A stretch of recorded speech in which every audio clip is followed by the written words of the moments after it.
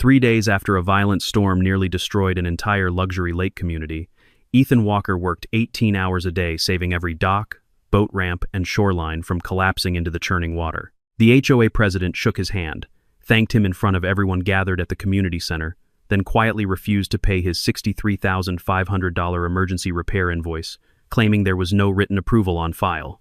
She thought he would simply walk away, embarrassed and defeated, the way so many contractors had walked away from her before. What she did not know was that every private dock, every security gate, and every lake access point in that community legally depended on equipment his company still owned outright.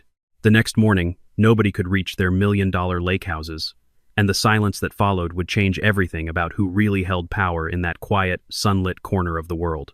The storm had arrived without much warning, rolling in off the western ridge on a Thursday evening in early June, and within 4 hours it had torn through Silver Pine Lake estates like something with intention. Wind gusts ripped shingles from roofs and snapped century-old oak branches onto driveways. The private marina, pride of the community, lost 2 docks entirely. The wood and aluminum frames dragged 50 yards into the churning lake. The main boat ramp cracked down the center, a fissure wide enough to swallow a tire. The water pumping station that kept the lower shoreline from flooding failed sometime around midnight, and by morning the access road down to the boathouses had slumped into a muddy ravine. Residents woke to find their million-dollar view transformed into a disaster zone, and panic spread through the community group chats faster than the floodwater had spread through the lower lots. Vanessa Brooks, president of the Homeowners Association for 6 consecutive years, stood at the edge of the ruined marina that morning in a raincoat that had clearly never been worn in actual rain, and she wept, though residents later disagreed about whether her tears were for the community or for herself. She kept saying the same thing over and over, that the association would be sued, that insurance would never cover all of it, that her presidency would be remembered as the year everything fell apart. Someone finally suggested she call Ethan Walker, whose company held the maintenance contract for the marina, the docks, and the shoreline access systems. She made the call with shaking hands, though her voice, once he picked up, turned instantly calm and commanding, the voice of a woman used to being obeyed. Ethan had built his business the slow way, the honest way, starting as a teenager helping his father repair boat lifts on this very lake nearly 3 decades earlier. He never advertised much because he never needed to. His trucks were clean, his crews were punctual, and his invoices were always exactly what he said they would be, not a dollar more. He answered Vanessa's call, standing in his own flooded garage, water pooling around his boots, and within 20 minutes he had rerouted his entire crew away from smaller jobs and towards Silver Pine Lake estates. He told his foreman, a broad-shouldered man named Marcus Riley, that this was an emergency, and emergencies got handled first and billed honestly later. For the next 3 days, Ethan and his team worked in shifts around the clock, floodlights burning through the night, generators humming against the darkness. They shored up the collapsing shoreline with steel pilings before it could take the boathouses down with it. They repaired the water pump that kept the lower properties from flooding permanently. They rebuilt the cracked boat ramp using materials Ethan pulled from his own warehouse inventory rather than waiting on slow supplier deliveries. He did not sleep more than 3 or 4 hours a night. His hands blistered. His back ached in a way that would take weeks to fully heal.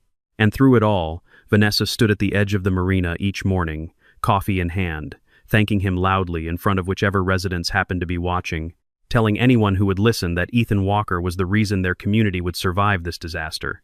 Marcus Riley, who had worked beside Ethan for nearly 9 years, later told his wife that he had never seen his boss push a crew so hard, and never seen a crew follow so willingly. There was something about the scale of the damage that seemed to demand everything from everyone, and the men and women on Ethan's team, most of whom had grown up around this same lake, understood on some instinctive level that they were not simply repairing infrastructure. They were rebuilding the only thing that made this stretch of shoreline feel like home to the people who lived along it. One young apprentice, barely out of technical school, worked through a sprained wrist rather than leave the crew short-handed during the second night, wrapping it himself with tape from the truck and saying nothing about it until the job was finished. Ethan noticed anyway, the way he noticed most things, and quietly gave the young man 2 extra days off once the emergency had passed, paid in full, without being asked. The physical labor was only part of what the storm demanded. Ethan also spent hours each day walking the property with residents, listening to their fears, explaining in plain terms what could be saved and what could not, what would take days and what would take weeks. An anxious young couple who had just closed on their first lake house 8 months earlier stood at their crumbling retaining wall, convinced they had made the worst financial decision of their lives, and Ethan spent 20 minutes he did not have to spare walking them through exactly how the repair would be sequenced, calming fears that no invoice could ever properly compensate him for addressing. It was this quality, more than his technical skill, that had built his reputation over the years. The sense residents had that he treated their homes the way he would treat his own family's property, with patience and honesty even in the middle of chaos. On the second night, as Ethan supervised the reinforcement of the final section of shoreline, Vanessa approached him with a clipboard and a warm, practiced smile. She told him not to worry about paperwork right now, that the important thing was getting the work done, that the HOA board trusted him completely and would handle payment through the normal channels once things settled down. Ethan, exhausted and focused on the job in front of him, nodded and kept working. He had done business with the association for 4 years already, and every previous invoice had been paid without incident. He had no reason yet to doubt her word, and so he did not press for a signature that night, a decision he would later replay in his mind more than once. By the fourth morning, the marina was structurally sound again. The docks were rebuilt, the boat ramp was repaired and reinforced with new concrete. The water pump ran steady and strong, keeping the lower shoreline dry. Residents who had feared losing their properties entirely now walked down to the water with relief written across their faces, snapping photographs of the restored docks in the early light. Vanessa organized an impromptu gathering at the community center that afternoon, and in front of nearly 40 residents, she shook Ethan's hand and called him a hero, called his company the finest in the region, said the community owed him a debt of gratitude it could never fully repay. Ethan, standing there in a shirt still stained with mud and sweat, simply nodded and said he was glad everyone was safe. That evening, he sat down at his kitchen table and prepared an itemized invoice totaling $63,500, covering labor, materials, emergency overtime, and equipment rental, every line item fair and defensible. He submitted it to the HOA management office the following morning, confident that a community which had just called him its savior would honor its word. 1 week later, Vanessa called an emergency meeting of the Homeowners Association, and word spread quickly that the topic on the agenda was Ethan's invoice. The community center filled with residents curious to see how the board would handle what everyone assumed was a formality. Ethan arrived in a clean-collared shirt, invoice copies in hand, expecting perhaps a few routine questions before the board approved payment. Instead, Vanessa stood at the podium and, in a tone far cooler than the one she had used at the marina days earlier, informed the room that the invoice submitted by Walker Marine Services was, in her words, excessive, poorly documented, and lacking any formal authorization from the board. She held up the invoice as though it were evidence of wrongdoing rather than a record of labor performed. She told the room that $63,500 was an outrageous sum for what she characterized as basic repairs, and she suggested, without quite saying it outright, that Ethan had taken advantage of a community in crisis to inflate his pricing. A murmur ran through the crowd, some residents exchanging uneasy glances, others nodding along with her words as though the story made sense to them. David Cole, the HOA's longtime attorney, stood beside her and added, in his flat legal cadence, that there was no board resolution authorizing emergency work of this scale, and that without such a resolution, the association had no binding obligation to pay the amount claimed. Ethan sat quietly through all of it, his jaw tight, his hands folded on the table in front of him. When the floor was finally opened for his response, he stood and spoke calmly, without raising his voice, reminding the room that Vanessa herself had called him in the middle of the storm, had directed his crew to every failing structure personally, and had thanked him publicly just days earlier for saving the community. He asked simply whether the board's position was that the association would not be paying for the work at all. Vanessa's smile thinned into something colder, and she told him that the board would review the matter further, but that in her personal opinion, the invoice would not be approved as submitted. She suggested he resubmit a revised amount, something more reasonable, or pursue whatever legal action he believed he was entitled to. Ethan looked around the room at the same residents who had thanked him with tears in their eyes only a week before, and he asked her one more time, quietly, whether that was truly the board's final answer. Vanessa laughed lightly, the sound carrying an edge of contempt, and told him that if he wanted to sue an entire homeowners association over a dock repair, he was welcome to try. Ethan studied her for a long moment, then nodded once, and said only one word, before gathering his papers and walking out of the community center. He said, "Fine." Ethan did not go home angry that night, though anger would have been understandable. Instead, he drove straight to his office, a modest building near the Marina Supply Yard that he had owned outright for over a decade, and he sat down with his longtime bookkeeper, a sharp, no-nonsense woman named Carol Simmons who had managed his contract since the earliest days of the business. He asked her to pull every file related to Silver Pine Lake Estates, every contract signed, every renewal, every amendment. going back 4 full years. Carol worked through the evening, printing documents and organizing them chronologically across the conference table, and what emerged from that paperwork was something neither Ethan nor Vanessa's own attorney had apparently considered carefully enough. The original service agreement, signed by the previous HOA president and renewed annually since, did not simply cover routine maintenance. It established a long-term equipment and access management arrangement, under which Walker Marine Services retained legal ownership of several critical systems throughout the community, systems the association merely licensed the use of through its monthly service fees. This included the electronic gate controllers governing lake access at the lower shoreline, the boat lift control systems at the private marina, and the dock power and lighting infrastructure installed 6 years earlier during a community-wide upgrade. The contract language was explicit and had been reviewed by the association's own legal counsel at the time of signing. Ownership of the equipment remained with the contractor, unless the association exercised a formal buyout option, which it had never done. Buried further into the agreement, in a clause any careful reviewer would have flagged, was a standard but consequential provision. If the association failed to remit payment for services rendered within 30 days of an approved invoice, the contractor retained the right to suspend service and, where applicable, disable remote access to any contractor-owned equipment until payment was resolved. David Cole, when Ethan's own attorney reached out the following morning to confirm the clause's enforceability, reviewed the language and, after a pause that spoke volumes, admitted quietly that the provision appeared entirely valid and had, in fact, been drafted by the association's own legal office years earlier. Ethan had not gone looking for a loophole. The loophole, if it could even be called that, had been sitting in plain sight the entire time, written by the very people now refusing to honor their obligations. Ethan made his decision that night without theatrics and without malice, the way he made most decisions, methodically and without wasted emotion. He instructed his technical team to prepare for a scheduled service suspension effective the following morning at 6 o'clock. Precisely 31 days past the original date, the emergency work had been completed, and well past any reasonable window for the board to have acted in good faith. He did not do this to punish anyone personally. He did it because the contract allowed it, because he had spent his savings and his crew's overtime pay keeping that community from drowning, and because a promise made in a moment of crisis meant nothing if it evaporated the instant the crisis passed. At 6 o'clock the next morning, the electronic gates leading down to the private lake access failed to open. Residents walking their dogs along the upper road found the gate motors silent, the key cards useless against sensors that no longer recognized them. Down at the marina, the boat lifts refused to engage, their control panels dark and unresponsive. The dock lighting, usually humming to life before dawn for early morning fishermen, stayed dark along the entire waterfront.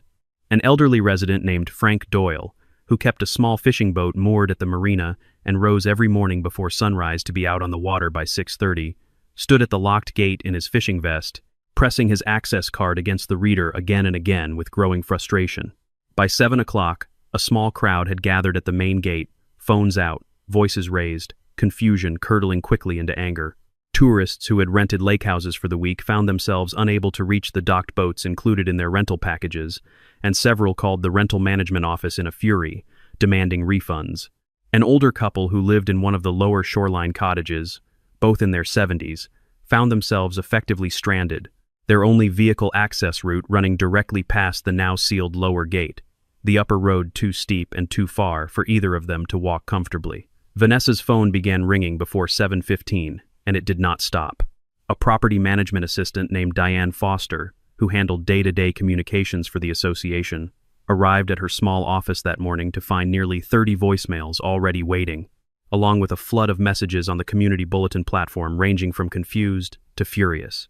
She tried calling the maintenance line listed on the community website, only to reach an automated message explaining that service had been temporarily suspended pending resolution of an outstanding account balance.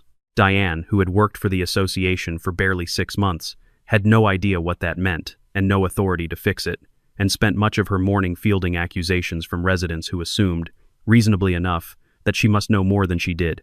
By 8 o'clock, someone had posted a photograph of the darkened, silent marina to the community message board, the caption asking simply what exactly the board had done to deserve this. The post received more replies within the hour than any announcement the association had shared in the previous year combined. Not every reaction was anger directed at Ethan. A handful of residents, including a retired engineer named Paul Anders who lived along the upper ridge, pointed out early in the morning's chaos that a competent contractor did not simply cut off service on a whim, and that something about the timing, precisely 1 week after the disputed invoice meeting, seemed far too deliberate to be either malicious or random.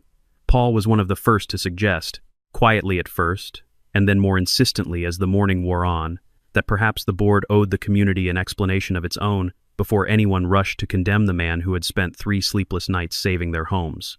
She called Ethan 4 times in the span of 20 minutes, her voice climbing in pitch with each unanswered call, each message growing sharper and more incredulous than the last. She accused him, in increasingly heated voicemails, of sabotage, of criminal interference, of holding an entire community hostage over money. Ethan let every call go to voicemail. He was not hiding. He was simply waiting, the way a man waits when he already knows the conversation ahead will require more than a hurried phone call, when he knows the only real audience that matters is not one angry woman, but an entire community that deserves to understand exactly what happened and why. By mid-morning, Vanessa had called an emergency session of the board, and by early afternoon, an emergency meeting of the full Homeowners Association was scheduled for that evening, residents summoned by mass text message with a tone of barely restrained hysteria. The community center filled faster than it had the week before, nearly every household represented, voices overlapping in anxious conversation as people waited for answers. Vanessa took the podium first, her composure only partially restored, and told the room that Ethan Walker had, without warning or justification, disabled critical community infrastructure in an act she called deliberate sabotage, endangering elderly residents and violating the trust the association had placed in him. It was Martha Hill, 68 years old, and a resident of the community for over 20 years, who rose from her seat near the back of the room and asked the question that would begin unraveling everything. She asked, in a voice that carried despite its softness, why exactly the association had not simply paid the invoice, given that Ethan had, by every account she had heard, saved the community from catastrophic damage only a week earlier. Vanessa began to answer with the same talking points from the earlier meeting. The lack of formal authorization, the concerns about pricing, but another resident, a younger man named James Whitfield who worked in commercial real estate, interrupted to say he had actually read the maintenance contract in full the night before, after hearing about the dispute, and that the payment terms and the suspension clause were both extremely clear. Then Martha asked something else, something that made the room go quiet in a different way.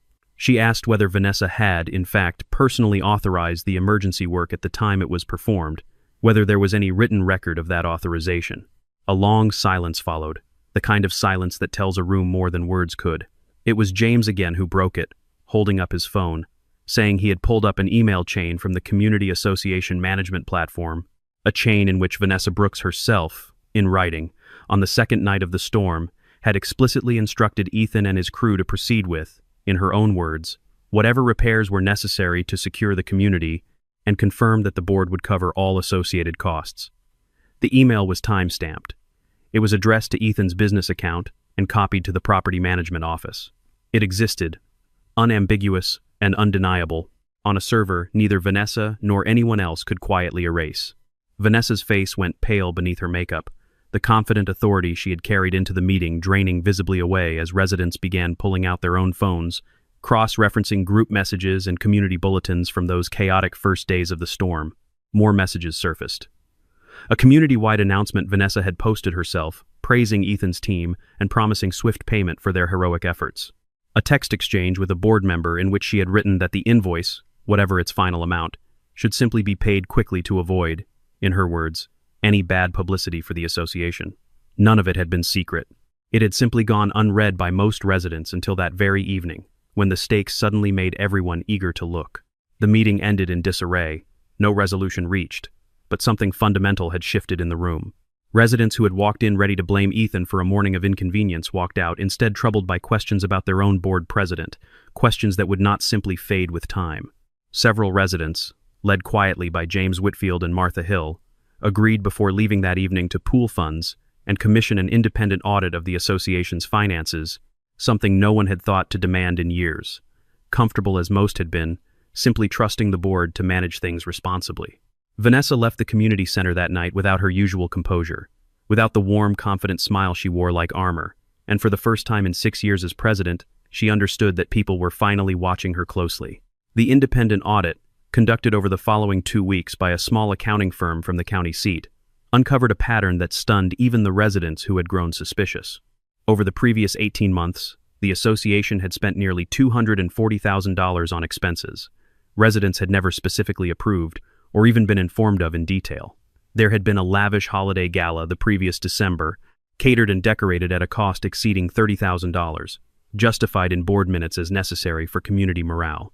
There had been extensive landscaping contracts awarded to a company later discovered to be partially owned by a close friend of Vanessa's, billed at rates well above market average for the region. There had been multiple conference trips for board members to industry association meetings in destinations that seemed, to auditors reviewing the receipts, disproportionately pleasant for their stated professional purpose. There had been consulting fees paid to firms whose actual deliverables were vague at best, invoices approved, with minimal documentation of what services had actually been rendered.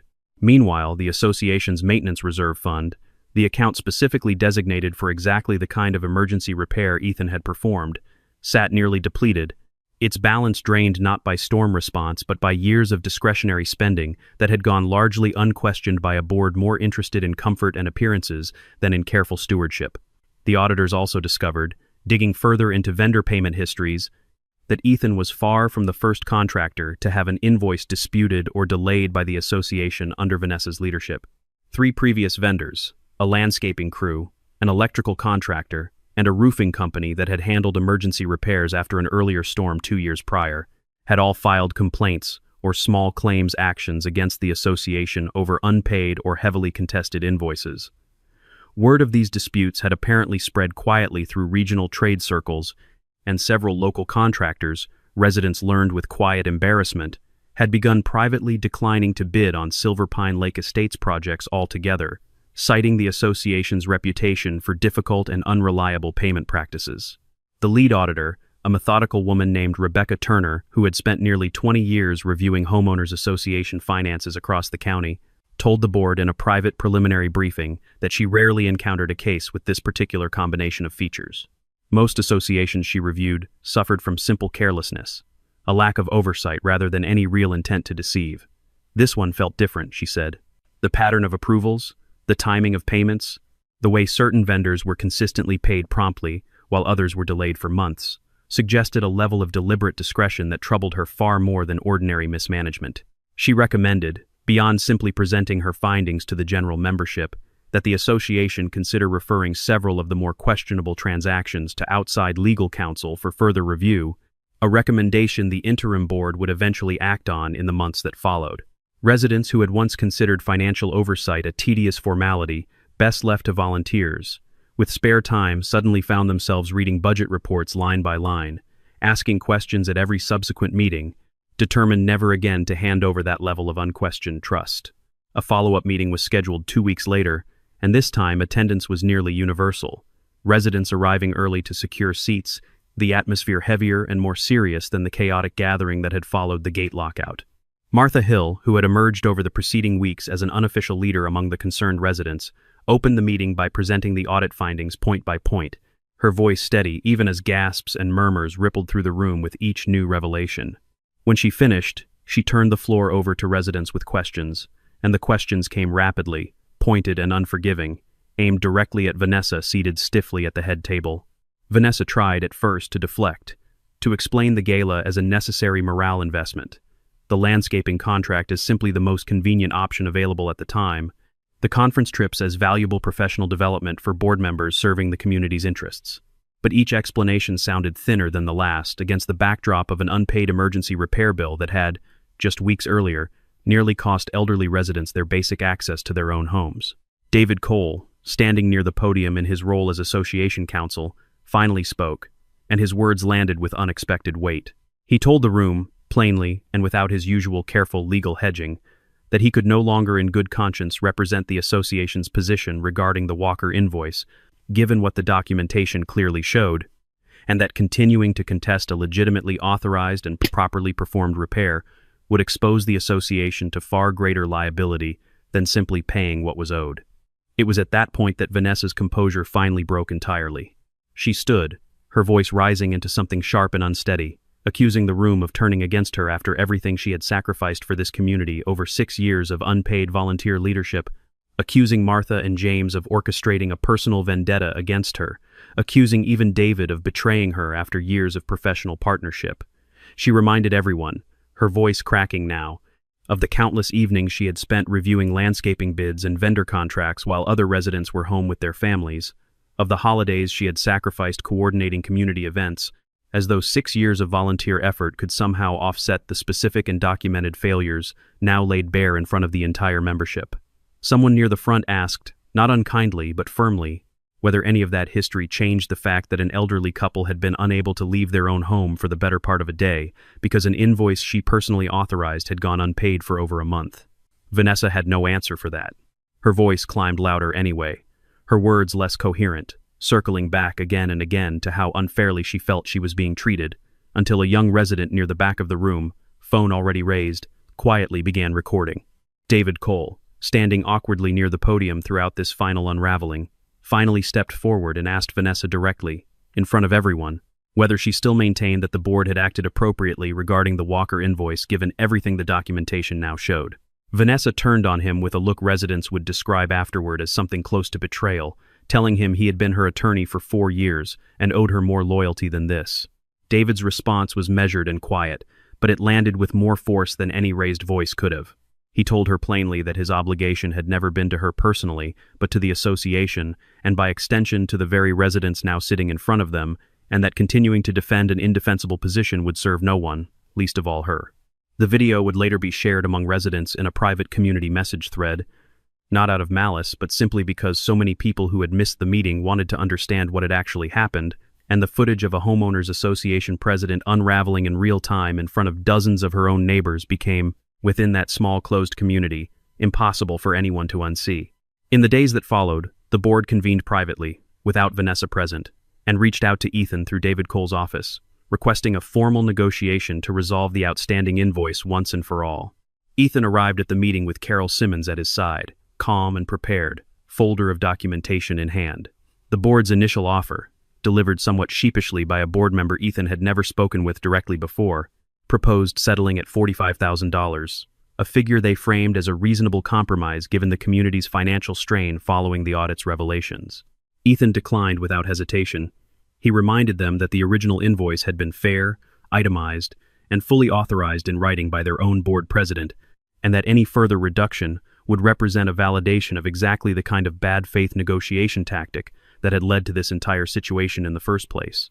Rather than accept a lower figure, Ethan informed the board that he would be adding several additional charges the contract entitled him to, charges he had deliberately withheld during the earlier, more conciliatory phase of the dispute. These included accrued late payment penalties, calculated from the original 30-day deadline, legal fees incurred in reviewing and defending the contract's enforceability, and a service restoration fee covering the labor required to safely bring the suspended gate, lift, and lighting systems back online. Combined, the revised total climbed to just under $80,000.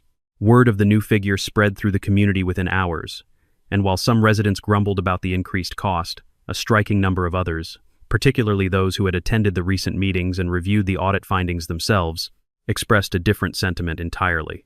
Several residents pointed out publicly that the association had spent nearly 3 times that amount on discretionary luxuries over the previous 18 months alone, and that the increased cost of the Walker settlement was, in the end, simply the price of the board's own dishonesty finally coming due. Pressure mounted rapidly on Vanessa to resign, not merely from a vocal minority, but from what quickly became an overwhelming majority of residents who had lost all confidence in her leadership.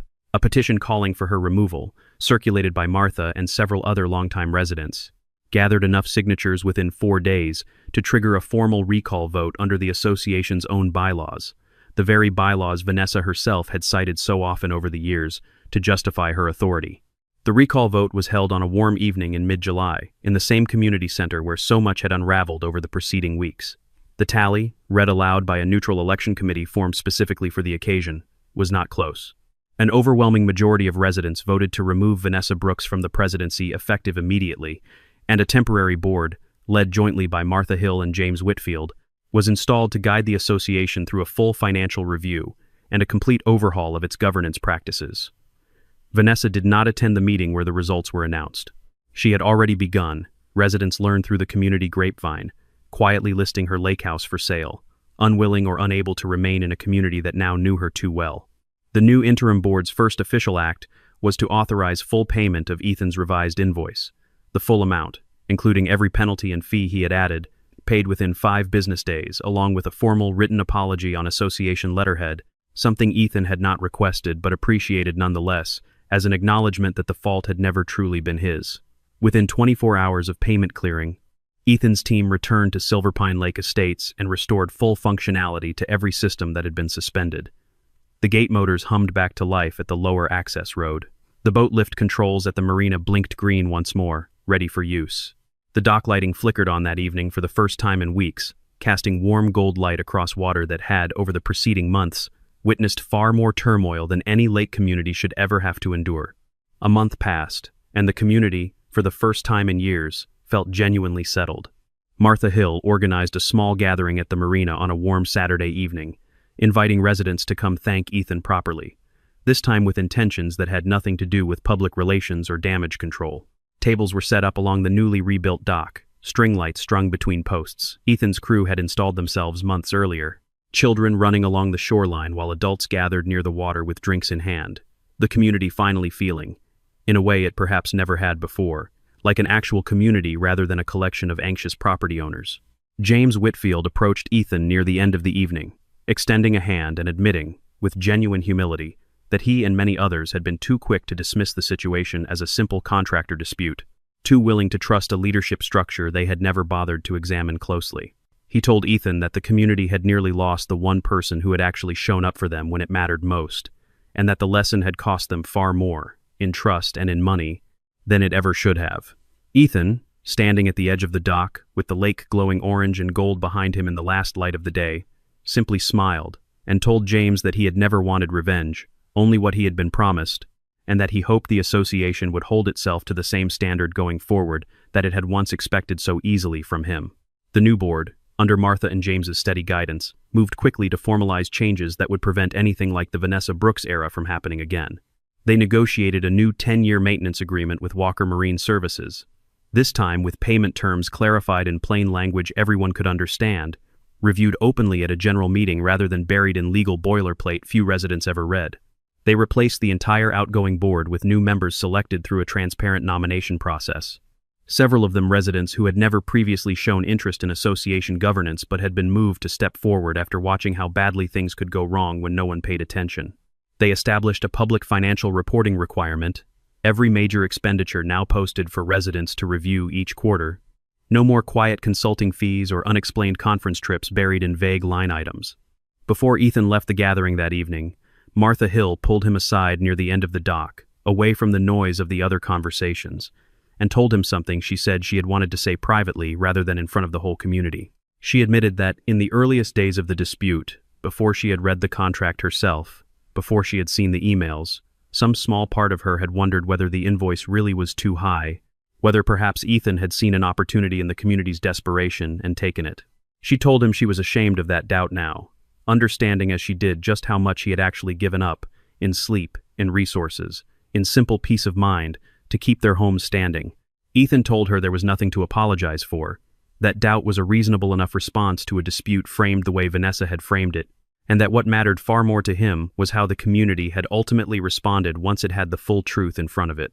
Martha shook his hand, then, somewhat impulsively, hugged him instead, telling him the community was lucky to have someone like him nearby, whether they always deserved it or not.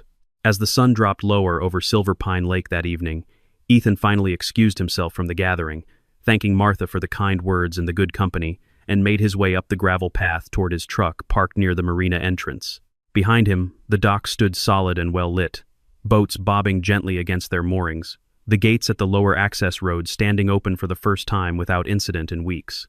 Children's laughter drifted up from the shoreline where a handful of families still lingered, and somewhere near the marina office a small speaker played music low enough not to disturb the quiet, the kind of ordinary summer evening the community had nearly lost the ability to have.